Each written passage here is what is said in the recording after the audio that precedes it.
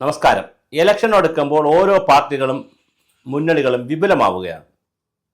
U D എഫിനെ സംബന്ധിച്ചിടത്തോളം PV Anwar അതിനകത്ത് പോയി. CK ജാനു, ആദിവാസി മഹാസഭയുടെ CK ജാനു UDF-ൽ ലയിച്ചു. അങ്ങനെ പല പാർട്ടികളും പലതിലും മുന്നണികളിൽ ചേരുകയാണ്. അങ്ങനെ അതിൽ വളരെ വിസ്മയങ്ങൾ നടക്കണം. പിന്നെ വ്യക്തികൾ ചേരുകയാണ്. വൈശാ പോറ്റി കോൺഗ്രസിൽ ചേർന്നു.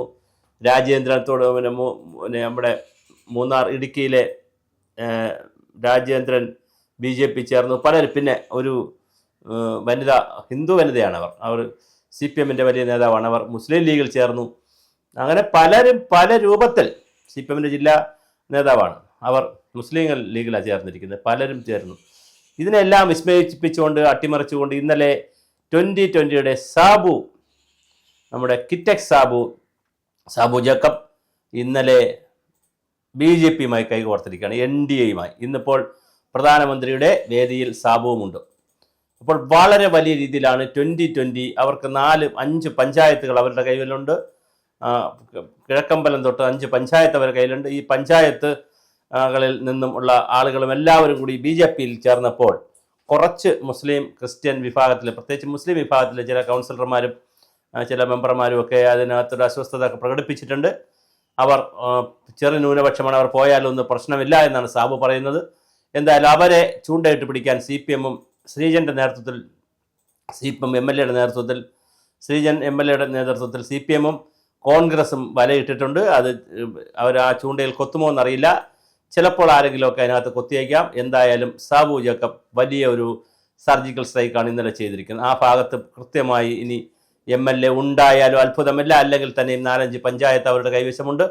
BJP-യോട് ചേരുമ്പോൾ സാബു ജേക്കബ് തന്നെ ഇനി മത്സരിച്ച് ചിലപ്പോൾ നിയമസഭയിലേക്ക് വരാനുള്ള സാധ്യതയും നമുക്ക് തള്ളിക്കളയാനാകില്ല. സാബു ജേക്കബ് മത്സരിച്ചാൽ അതിന് വലിയൊരു മാനമുണ്ട്. തീർച്ചയായിട്ടും ഇത് വലിയൊരു രീതിയിലാണ് 2020-യുടെ NDA മുന്നണിയിലേക്കുള്ള കയറ്റം. അപ്പോൾ ഇങ്ങനെ ഓരോ പാർട്ടികളെ ഓരോ ദിവസം കഴിയുന്തോറും വ്യത്യസ്ത പാർട്ടികൾ, മുന്നണികൾ അങ്ങോട്ടും ഇങ്ങോട്ടൊക്കെ മാറുകയാണ്. ഇതിനിടയിലാണ് നമ്മുടെ കേരള കോൺഗ്രസ് രണ്ടായി മാറുമെന്നും അതിലൊരു ഭാഗം NDA-യിൽ പോകുമെന്നും അല്ല ഒന്നായിട്ട് തന്നെ അവർ UDF-ൽ പോകുമെന്നും ഒക്കെ ഉള്ള വലിയ തർക്കങ്ങളും അല്ലെങ്കിൽ വാഗ്വാദങ്ങളും ഒക്കെ നടന്നു വരികയാണ്. അപ്പോൾ തീർച്ചയായിട്ടും വരുന്ന 2 മാസങ്ങൾക്കകം വലിയ തോതിലായിരിക്കും രാഷ്ട്രീയ മാറ്റങ്ങൾ ഉണ്ടാകുന്നത്. അതിൽ വളരെ ഗുരുതരമായിട്ടുള്ള പ്രധാനമായിട്ടുള്ള രാഷ്ട്രീയ മാറ്റമാണ് ഇന്നലെ ഉണ്ടായത്. 2020-യുടെ സാബു ജേക്കബ് അതും അവരുടെ സംഘങ്ങളും രാജീവ് ചന്ദ്രശേഖറുമായി സംസാരിക്കുകയും ഇന്നലെ 3:30 മണിയോടുകൂടി മെമ്പർഷിപ്പ് എടുക്കുകയും ചെയ്തു. BJP-യിൽ മെമ്പർഷിപ്പ് എടുക്കുകയല്ല, അവരുടെ മുന്നണിയിൽ അംഗമായി NDA മുന്നണിയിലെ പ്രധാന ഒരു ഘടകകക്ഷിയായി മാറിയിട്ടുണ്ട്. അപ്പോൾ BDJS ഉണ്ട്. ഇവർ കൂടെ ആകുമ്പോൾ നല്ലൊരു ഘടകകക്ഷിയായിട്ട് അവർ മാറിയിട്ടുണ്ട്. അപ്പോൾ രണ്ടും കൽപ്പിച്ച് തന്നെയാണ് BJP മുന്നണിയും NDA മുന്നണിയും കേരളത്തിൽ മുന്നോട്ട് നീങ്ങുന്നത്. കൃത്യമായി അടുത്ത തെരഞ്ഞെടുപ്പിന് സീറ്റുകൾ പിടിക്കുക എന്നുള്ളതാണ്. ഇതിനിടയിൽ മറ്റൊരു സർവേ കൂടി ഇപ്പോൾ രംഗത്ത് വന്നിട്ടുണ്ട്.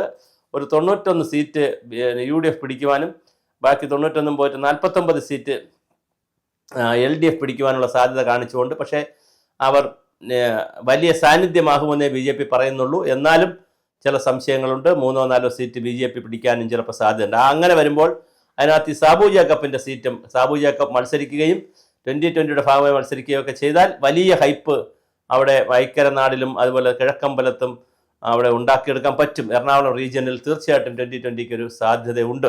അപ്പോൾ അത് വളരെ വലിയ തോതിലാണ് ഇപ്പോൾ ഈ NDA മുന്നണിയിൽ പോയി രാജീവ് ചന്ദ്രശേഖറുമായി കൈകോർത്തിരിക്കുന്നത്. പ്രധാനമന്ത്രിയുടെ വരുന്ന വേദിയിൽ പങ്കെടുക്കുന്നു. അപ്പോൾ എന്ത് തന്നെയായിരുന്നാലും വലിയ ഒരു ഹൈപ്പ് ഉണ്ടാക്കിക്കൊണ്ടാണ് നമ്മുടെ കിറ്റക്സ് സാബു പോയിരിക്കുന്നത്. ഇപ്പോൾ സാബുവിനെ സംബന്ധിച്ചിടത്തോളം ദക്ഷിണേന്ത്യയിലാണ് സാബു, ആന്ധ്രയിലും കേരളത്തിലുമൊക്കെയാണ് കൂടുതൽ ബിസിനസ് ചെയ്യുന്നതെങ്കിൽ ഇനിയിപ്പോൾ ഇന്ത്യയാകെ ബിസിനസ് ചെയ്യുവാനും അദ്ദേഹത്തിന് ബിസിനസ് സാമ്രാജ്യം വളർത്തിപ്പിക്കുവാനും ഒക്കെ മോഡിയുമായിട്ടുള്ള ബന്ധങ്ങളും എല്ലാം വലിയ സഹായമായിരിക്കും. എന്തായാലും 2020 എന്ന് പറയുന്ന പാർട്ടിക്ക് വലിയ പിന്തുണ ഉള്ള പാർട്ടിയാണ്. അവർ ചെറിയ സ്ഥലത്താണെങ്കിലും 4-5 പഞ്ചായത്തിലുള്ളതെങ്കിലും ഉള്ള പഞ്ചായത്തിൽ വളരെ ശക്തമായി 100ഓളം വാർഡ് മെമ്പർ, 98-99ഓളം വാർഡ് മെമ്പർമാർ അവർക്കുണ്ട്.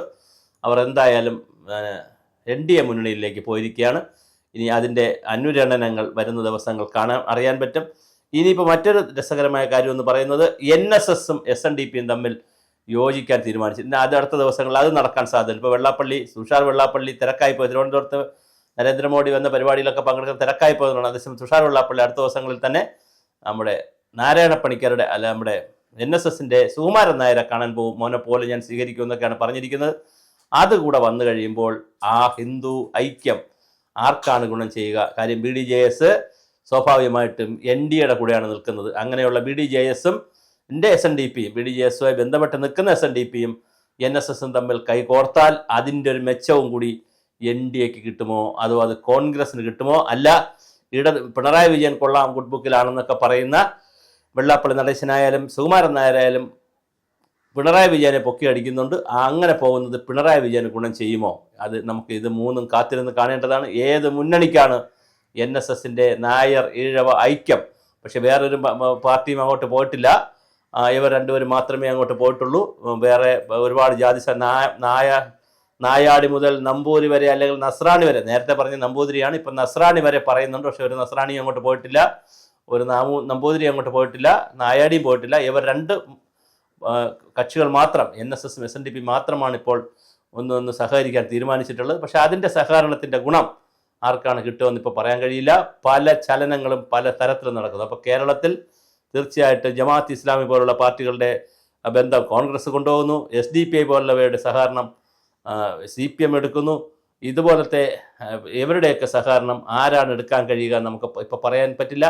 ചിലപ്പോൾ അത് ഹിന്ദു ഐക്യമായതുകൊണ്ട് NDAക്കും BJPക്കും അത് ഗുണകരമായേക്കാം.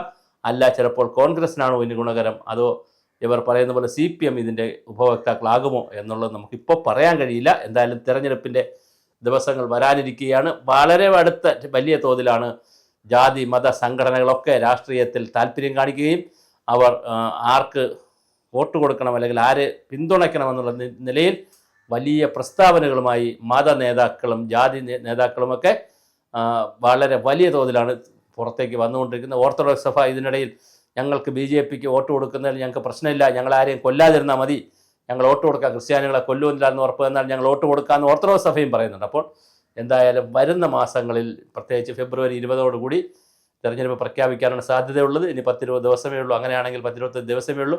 അതിനിടയിൽ കേരളത്തിലെ ജാതി മത വർഗ സംഘടനകൾ പല വഴിക്ക് തിരിഞ്ഞ് പലതായി മാറി പോകുമ്പോൾ ആർക്കാണ് ഇതിൻ്റെ ഗുണം കിട്ടുക എന്നുള്ളത് നമുക്കിപ്പോൾ പറയാൻ കഴിയില്ല.